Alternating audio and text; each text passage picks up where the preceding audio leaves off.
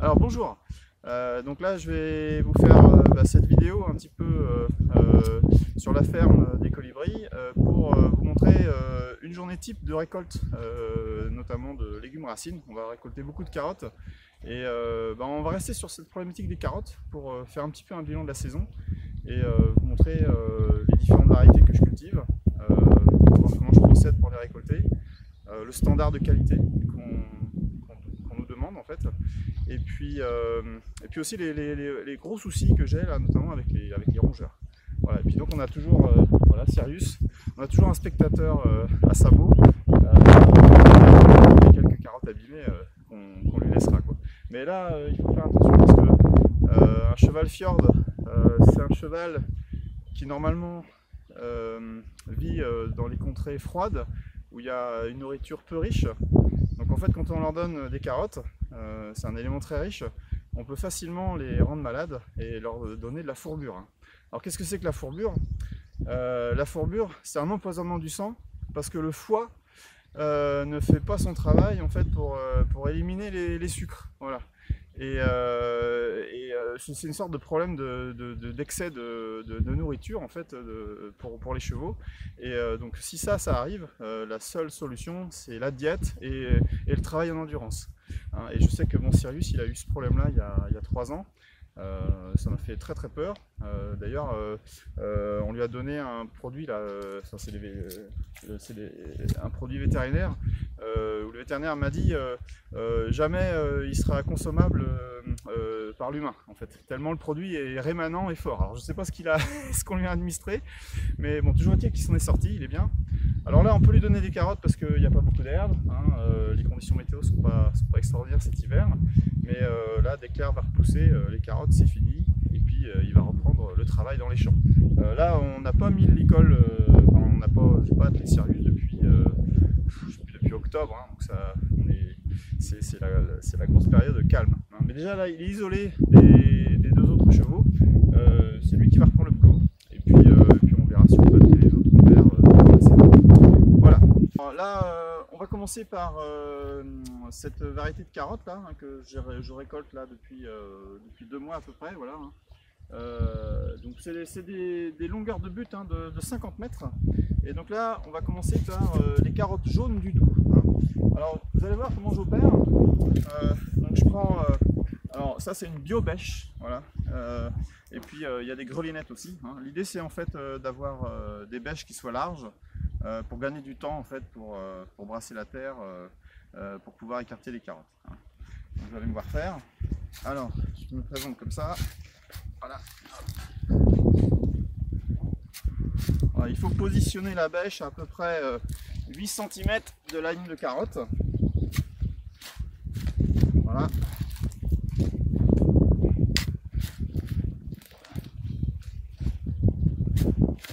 Voilà. Donc là on a des carottes là, qui sont très belles encore, qui ont des fans. C'est vraiment extra. Voilà. Alors une fois qu'on a fait ça, moi je travaille toujours avec la caisse à gauche. Donc je me mets à genoux et puis toutes les carottes on les frotte un peu et on coupe les fans. Voilà. Et puis on remplit la caisse comme ça. Ça sera magnifique ça comme carotte quand on va faire le lavage. Alors ça c'est de la carotte jaune du Doubs. Voilà. Jaune du Doubs. Okay. Alors c'est une carotte qui attire peu la mouche de la carotte. Ce qui fait qu'on le verra au lavage, elles sont vraiment nickel. Elles sont très sucrées, ce qui fait qu'au niveau de la vente, c'est pas forcément le standard de goût en fait qu'on attend des carottes. En général, elles sont pas forcément très appréciées en début de saison. Voilà. Les gens préfèrent les oranges ou les rouges sang qu'on verra un peu plus tard. Par contre maintenant là, en fin d'hiver, les gens en ont marre de manger de la carotte fade et de la carotte très sucrée comme la jaune, là, comme ça c'est très intéressant. Et on verra que l'aboutissement de cette récolte, c'est en fait de faire des caisses qui comportent en fait 2 variétés de carottes, c'est la jaune et la rouge sang. C'est un mélange de carottes multicolores. Voilà. Alors oui, là on voit que je suis en train de remplir ma caisse. Ça va être une caisse d'à peu près 20 kg de carottes. Et cette caisse là, va la remplir à peu près en 10 minutes. Voilà. En 10 minutes, un petit peu plus de 10 minutes. Si je mesurais mon rendement en fait à l'heure, je suis quasiment à 100 kg de l'heure. 100 kg de carottes récoltées en 1 heure. Surtout que là, il n'y a aucun défaut, il n'y a aucune carotte que j'ai besoin de jeter à l'extérieur. Donc ça, c'est vraiment très productif. Et puis là, on va se rendre compte là, que a priori, j'ai sorti de terre là, 3 mètres de ligne. Voilà. Voilà, ça c'est une carotte qui passe pas dans le standard, hein, c'est une carotte fendue ça, voilà. Alors s'il y en a une ou deux dans la caisse ça va, mais voilà, pas plus quoi, voilà. Hein, c'est des carottes qui sont pas appréciées des ménagères, des cuisiniers, parce qu'effectivement il faut éplucher énormément cette partie là. Mais bon, quand elles sont lavées, hein, on le verra au lavage, et puis qu'elles sont vraiment propres, qu'il n'y a pas d'attaque de mouches, quelques-unes ça peut passer quoi. Ok. Alors du coup cette récolte elle a été semée quand? Alors oui, les carottes. Alors les carottes, ça a été. Alors ça c'est un semis de début juillet. Voilà, de début juillet. Donc sur des buttes formées au cheval. Ça c'est une culture vraiment. Où j'ai beaucoup mis d'énergie en traction animale, essentiellement avec la cassine, hein, puis Sirius. Et donc là sur ces, je suis dans le bon standard en termes de longueur. Moi ce que j'aimerais bien c'est avoir des carottes en fait qui fassent vraiment, même c'est pas assez long ça, il faudrait des carottes beaucoup plus longues en fait. Alors, les carottes que je cherche, je les cherche là, mais enfin c'est les plus longues possibles en fait, voilà. Okay. C'est ça qui m'intéresse. C'est ça la qualité principale d'une carotte, c'est sa longueur.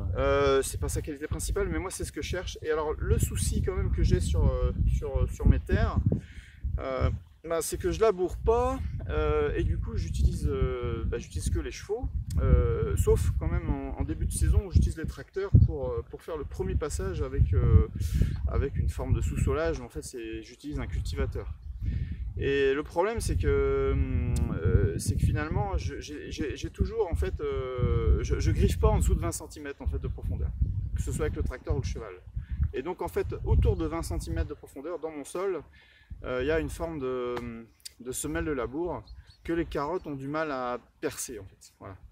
Et d'ailleurs on le verra un petit peu plus tard, mais là cette année là j'ai acheté un tracteur récent, voilà, un peu plus puissant que ceux que j'ai, pour justement voir si je peux gratter à 25 voire 30 cm.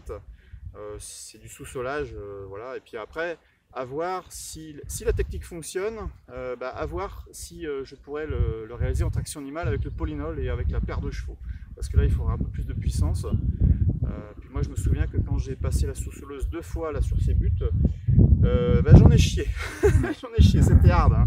J'ai passé voilà, 2h30 là, à faire les 4,5 km là, de ligne de carottes, et c'était hard, mais bon, avec le polynol, vu que j'ai pas besoin de tenir le guidon de l'engin, j'ai juste à guider les chevaux, il y aura moyen de descendre un peu plus bas et que ce soit un peu moins fatigant. Mais bon, c'est des choses, voilà, ça se met au point sur plein d'années ça en fait, hein. Là, ce champ là, avec des buttes espacées de 60 cm sur 4 km là comme ça, c'est la première année que je fais ça, hein. Les années précédentes, il y en avait une petite partie sur des buttes à 80 avec 2 lignes en sommet de butte. Et puis il y a d'autres années en fait j'utilisais le cultirato, hein, et puis j'utilisais le cheval simplement pour biner les passe-pieds du cultirato. Et puis il y avait comment dire, on va dire l'espace entre les lignes était géré à la main avec des outils manuels quoi, qui marchent très bien. Voilà. Top. Ouais, alors on va finir la caisse quand même. C'est pas le tout. Voilà. Donc là je suis en train de finir ma caisse, voilà, et donc effectivement là sur 3 mètres de but on arrive à avoir 20 kg de carottes, voilà, donc voilà, ça fait une bonne production quand même, hein. C'est rentable, c'est assez rentable. Ouais. Ok, alors on va aller voir une autre variété maintenant, c'est la variété rouge sang. C'est une variété qui va permettre de faire de jolies caisses en complément de la carotte jaune. C'est parti. Voilà. Alors voilà la grelinette. Voilà. Alors la grelinette améliorée par mes soins, parce que les manches en bois initiaux, ils ont fini par pourrir. Et donc moi, j'ai soudé des tubes galvanisés. Alors c'est un peu plus lourd, mais c'est indestructible. Et voilà, et c'est pas, les manches vont jamais casser. Donc ça, c'est voilà, un outil qui fera plusieurs générations d'agriculteurs. Voilà. C'est un très bon outil. Alors donc là, on va voir donc la carotte rouge sang. Donc voilà. Voilà. Alors c'est vrai que ceux qui font de la musculation là, dans les salles de sport, ils pourraient un peu passer leur énergie sur la grelinette là, comme ça. Parce qu'on travaille les cuisses, on travaille les bras. C'est tout aussi efficace et plus productif. Très efficace. Voilà. Voilà. Top. Ok, voilà. Allez, on va voir un petit peu ce qu'il y a sur 3 mètres.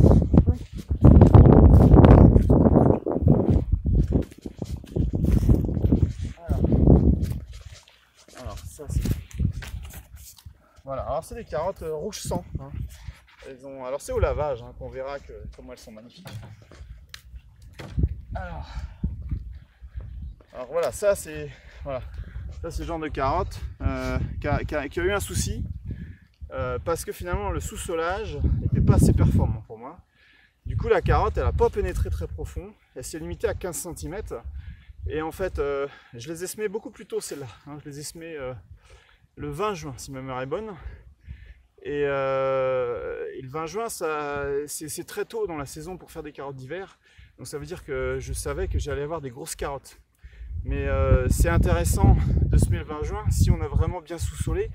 Parce que le problème, c'est que les carottes, elles vont grossir beaucoup plus que quand elles sont semées début juillet. Et le problème, c'est que si elles ne pénètrent pas très profond dans le sol, eh bien elles vont grossir, elles vont s'épaissir. Et la plupart, elles éclatent. Alors elles éclatent pas pendant l'été, elles éclatent à l'automne, quand les pluies d'octobre arrivent. Et puis ça, on maîtrise pas l'arrosage à ce niveau-là. Et donc on peut avoir, là sur cette partie de champ par exemple, il y a quasiment une carotte sur 3, sur 4 qui va avoir ce gros défaut là. Voilà. Alors ça c'est des carottes pour Sirius. Hein. Tiens, on va plutôt les laver quand même avant de lui donner. Ok. Alors, on va voir. Par contre, voilà, vous voyez, regarde, ce sont des magnifiques carottes quand même. C'est des carottes très très grosses. Hein, vous voyez, Ouais. vous voyez le potentiel. Hein. C'est vraiment très important de respecter les dates. Hein. C'est une question de date, hein, le maraîchage. Okay. Hein, les carottes. Donc pour celle-là, début juin. Et récolte. On commence début juin. Hein. Le plus tôt que j'ai déjà semé, c'est autour du 5 juin. Et le plus tard, c'est le 17 juillet. Voilà, il faut pas faire, au-delà. Voilà, donc c'est bien en fait autour de fin juin. Et pour la récolte, du coup, c'est sur quelle plage? Voilà. Alors tiens, là on se retrouve sur un problème. Par exemple, là, j'ai une carotte qui a pourri au niveau du collet. Voilà. Alors ça c'est une carotte qui est sauvable parce qu'en fait il faudrait que je vais la mettre à côté dans une pièce et en fait on va la couper au couteau en fait une fois au hangar en fait. Voilà. Mais ça arrive ça, voilà, c'est normal. Là c'est vraiment les conditions humides qui font ça. Et alors moi j'ai un sol qui est drainé donc ça veut dire qu'en fait l'eau se ressuie beaucoup mieux qu'ailleurs et par rapport aux copains qui n'ont pas des sols drainés, eux ils ont perdu toutes leurs carottes qu'ils comptaient éventuellement avoir maintenant et du coup je bénéficie quand même d'un gros avantage, mais voilà exactement ce qui peut se passer quand le terrain est trop humide, hein, et c'est ce qui se passe l'hiver, c'est le gros problème des carottes. Okay. C'est le problème des carottes qui se fendent sur toute la longueur, voilà. Hein, donc on retrouve le même problème qu'avec les carottes jaunes, mais il est plus accentué sur cette variété là. Voilà.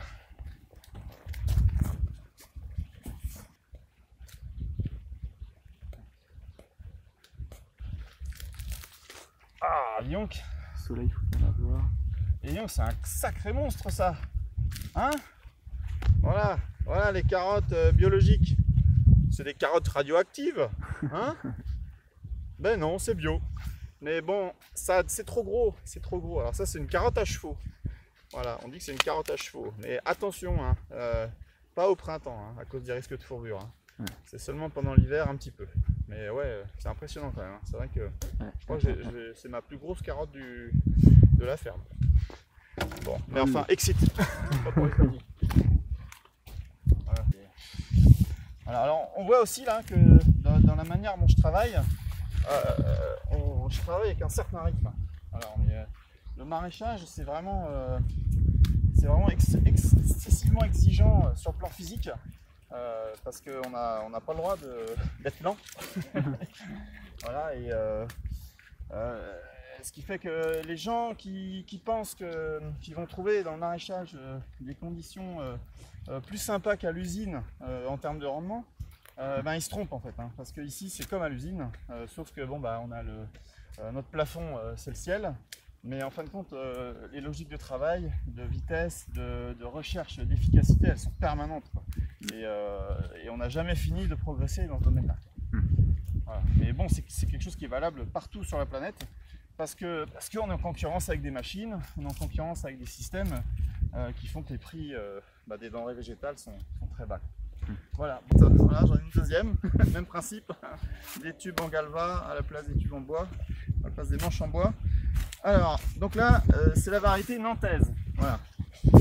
C'est la variété qui est vraiment la plus adaptée à mon terroir. Et je pense que j'ai mis quelques années à vraiment percevoir que c'était cette variété-là qui était la plus adaptée. Mais vous allez voir que c'est vraiment une carotte très très intéressante.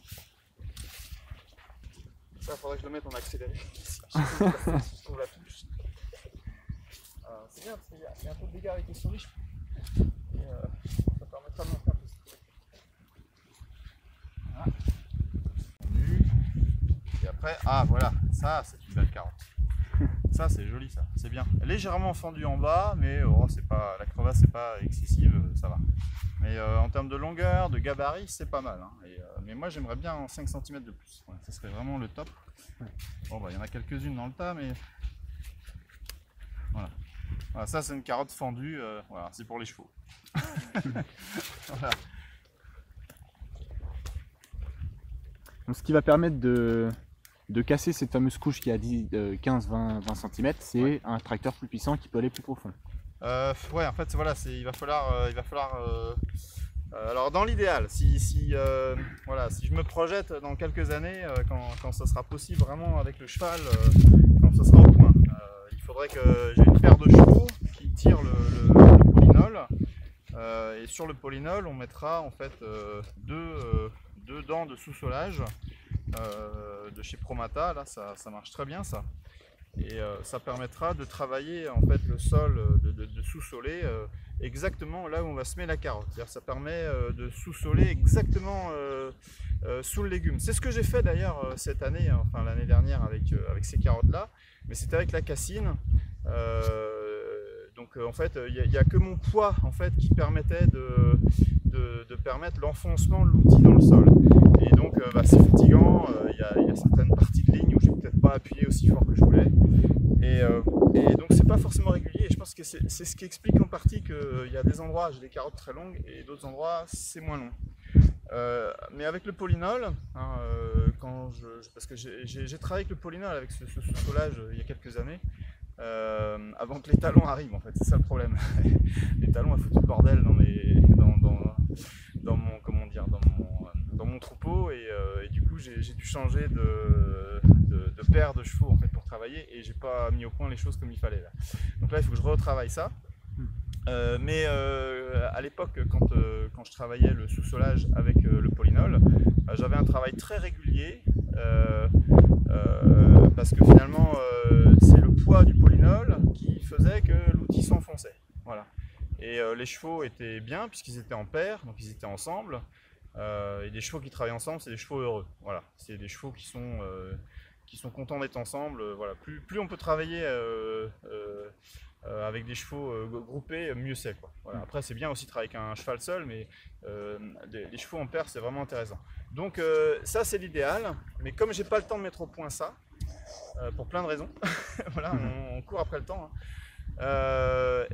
Oui, j'ai craqué entre guillemets sur une occasion d'un tracteur de 65 chevaux sur lequel je vais reproduire cette logique, c'est-à-dire de pouvoir sous-soler en fait en profondeur là où en fait j'ai besoin de casser la semelle de labour.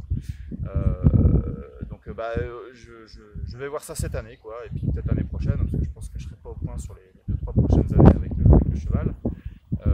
Et puis par contre le cheval fera le reste en fait, hein. C'est-à-dire que le tracteur il interviendra seulement pour le sous-solage, hein, mais les buts initiales, le coup de herciterie, et puis et puis tout le travail de binage une fois que les carottes sont levées, c'est 100% cheval, quoi. Donc il y a une intervention du tracteur à un moment donné, c'est en transition. Voilà. Et au total, il y a combien d'outils à utiliser sur la longueur de la culture? Il y en a 5. Ah ouais, ouais, ça fera l'objet de toute une vidéo ça. mais oui, il y en a pas mal. Il y en a pas mal. Enfin, en gros, il y a les disques billonneurs, hein, billonneurs, sous-solage, et puis hercéterie, quoi. Et puis après, il y a les houes à voie réglable. Voilà. Et au total, si on travaille que au cheval, par exemple, c'est cette culture-là, j'ai dû passer. J'ai dû faire 8 passages, voilà, 8 passages sur 4,5 km. Et chaque passage, c'est 2 heures, 2 heures et demie de travail. Donc c'est pas tant que ça au final, hein. Ça fait moins de 20 heures de travail, tout compris en traction animale, pour faire un champ de 3000 m² quand même, hein. Bon, au tracteur, oui, on mettrait un peu moins de temps, mais bon, l'important c'est de savoir faire, quoi, hein. C'est de s'y remettre, parce que si on ne compte que sur la mécanisation avec les tracteurs, je pense qu'on est vraiment mal. Il est temps de réétudier avec la traction animale. Et ça prend du temps, ça prend du temps. Moi, je pense que ça prendra toute ma vie, hein, pour maîtriser le système. Et mon plus grand espoir, c'est finalement de léguer ça à un de mes enfants, et d'avoir un outil qui soit facile, le plus facile possible, quoi. En fait, il faut j'essaye de léguer à mes enfants ce que quelque part mes anciens ne m'ont pas légué, c'est-à-dire mais qui s'est transmis en fait par le passé de génération d'agriculteurs en génération d'agriculteurs. C'est-à-dire que tous les agriculteurs dans le passé, ils bénéficiaient des travaux qui avaient été faits petit à petit par les générations précédentes. Et ce qui fait qu'ils n'avaient pas tout à faire, ils n'avaient pas tout à reconstruire. Et donc moi, je bénéficie pas de ça. Je suis parti à zéro là sur ce terrain. Et du coup, oui, je suis pris par le temps sur plein de choses, et tout n'est pas au point, même après 10 ans d'installation, quoi. Et il faudra encore 10 ans pour être vraiment au point. Donc finalement, cet outil-là sera peut-être très au point pour mes enfants ou des gens qui reprendront derrière. Voilà. Génial. T'as lu, toi?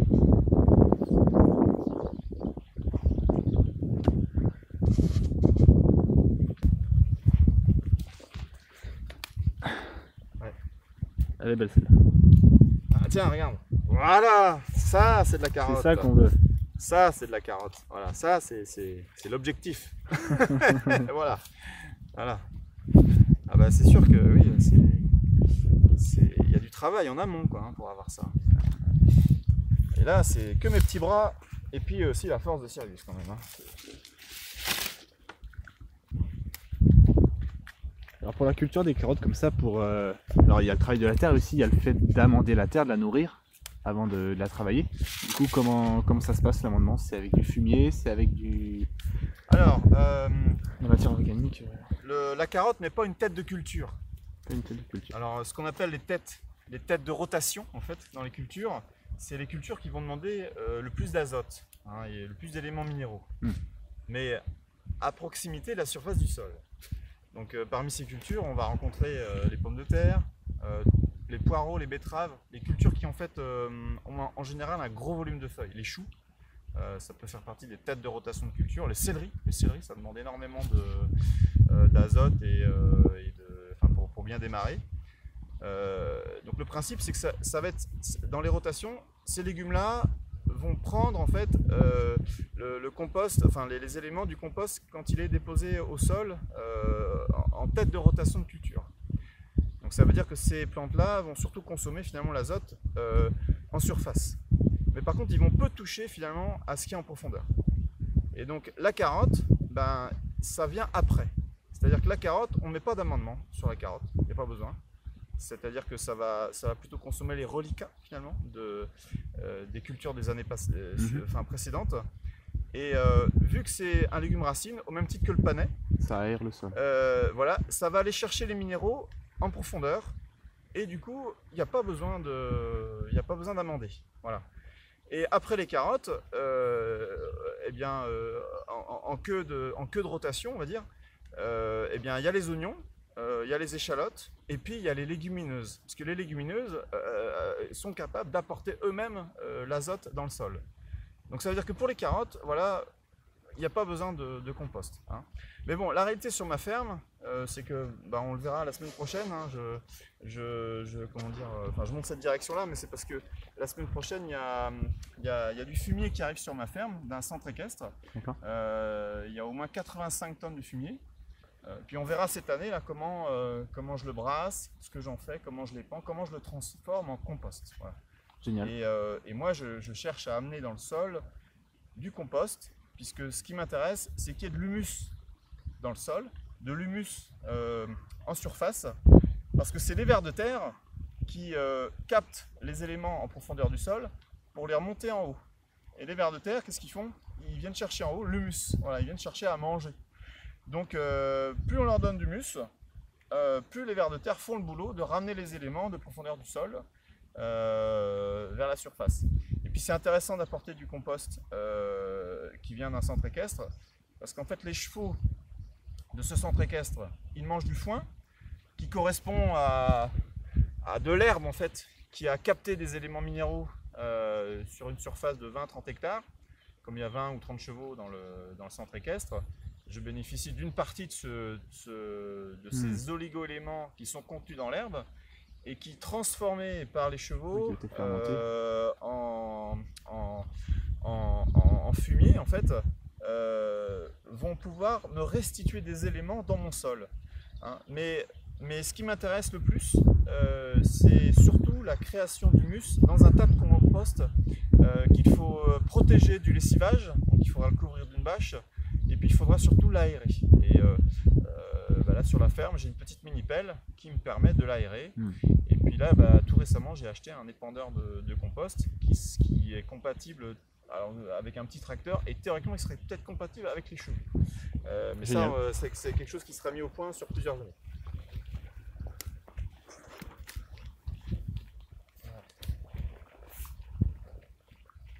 Oh là là.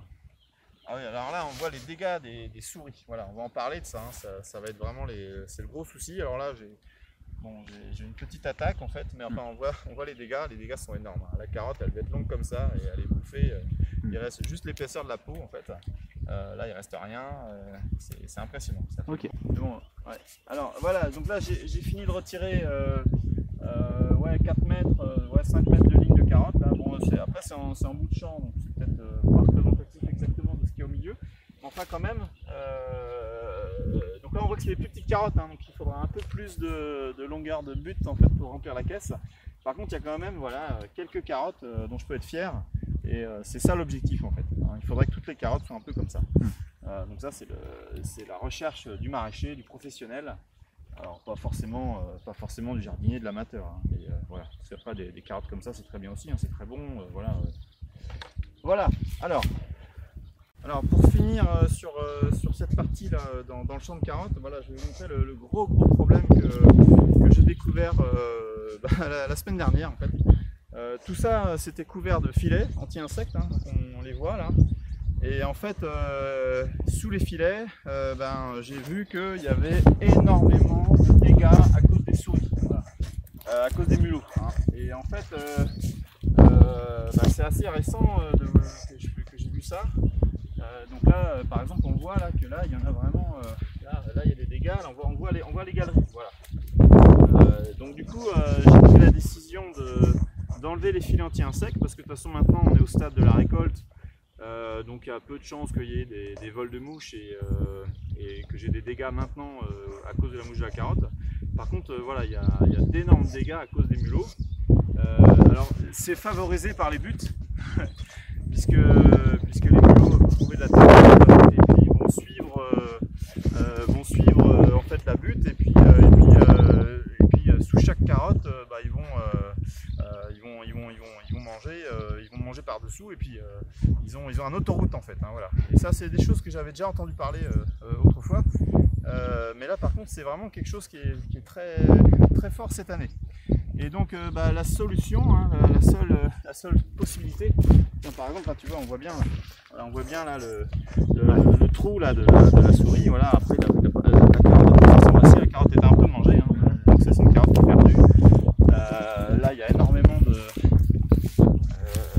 On voit bien, il y a des trous un peu partout, quoi, il y a des galeries partout.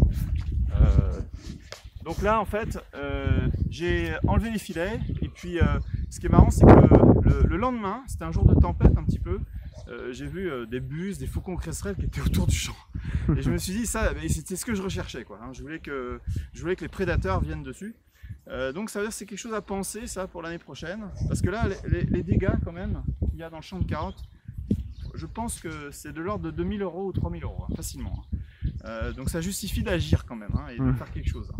Donc je pense que je vais fabriquer des petites maisonnettes là pour mettre sous les filets, pour mettre des pièges pour les souris, hein, des pièges avec des tapettes, enfin on trouvera des solutions, essayer de les attirer. Et puis aussi de temps en temps l'hiver, il faudra découvrir pour que les chouettes, pour que les buses, les faucons cresserelles fassent leur boulot.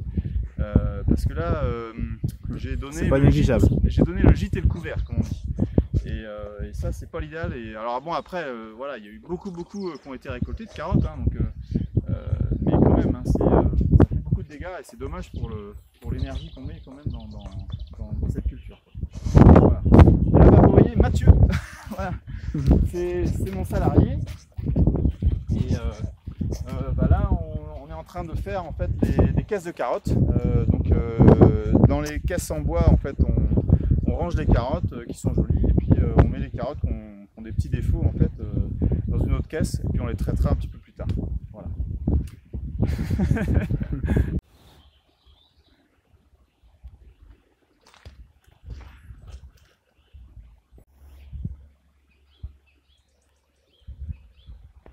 Allez, alors maintenant on va faire la récolte du panais là.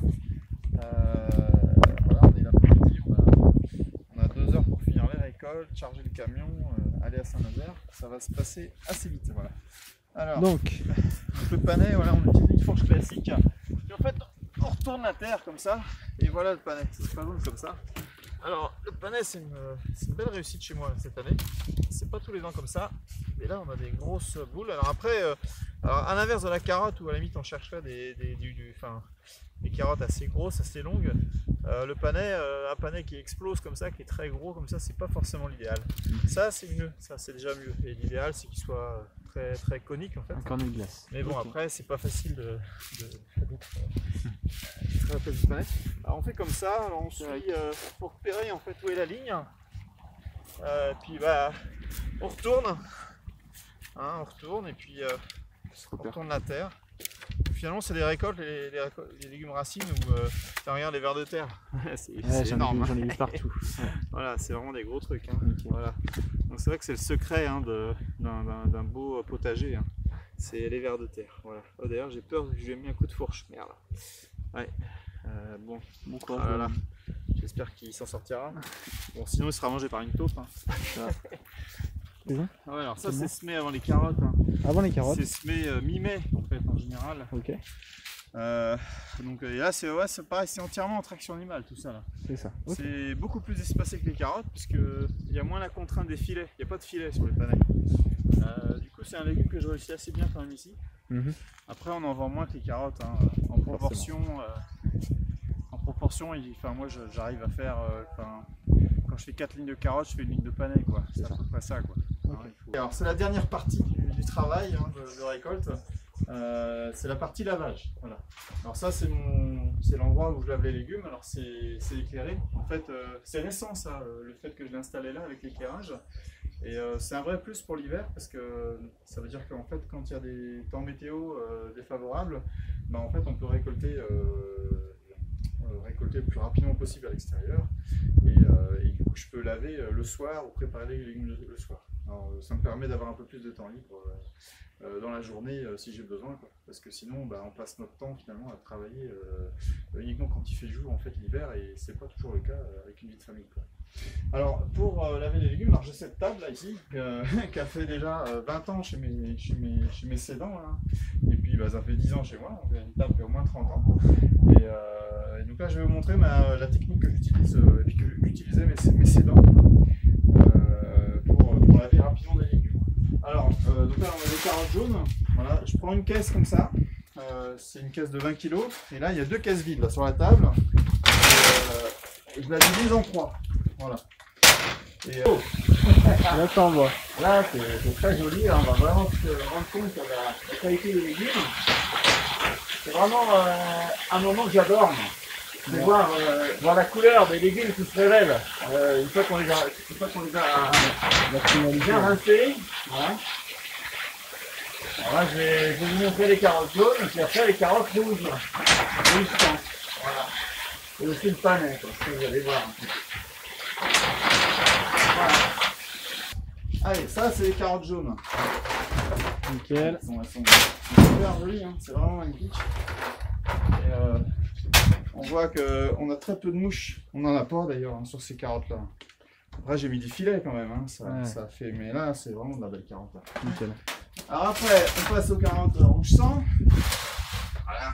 Donc ça c'est la carotte qui a le pigment de la betterave en fait dans la peau. Ouais, c'est ça. Ce qui fait qu'elle est rouge très foncée, c'est chouette. Allez, hop, tu vois. Voilà. Et puis les couleurs, elles jaillissent d'un coup, quoi. Ah, c'est chouette, ça. Vraiment chouette, ça.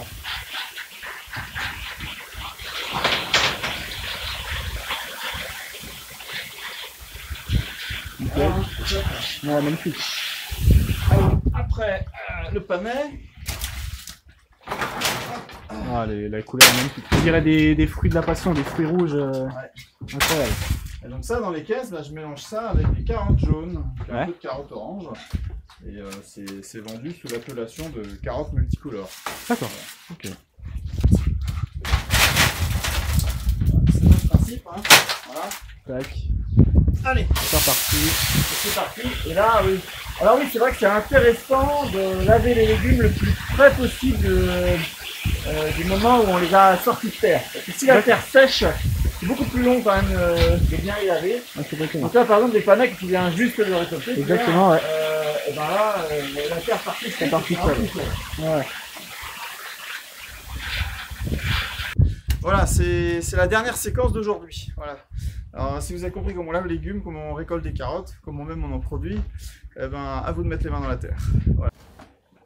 Allez, on retrouve les carottes rouge sang, voilà, les carottes jaunes, le panais, et là c'est l'étape de formation des caisses, voilà, avec Pierre.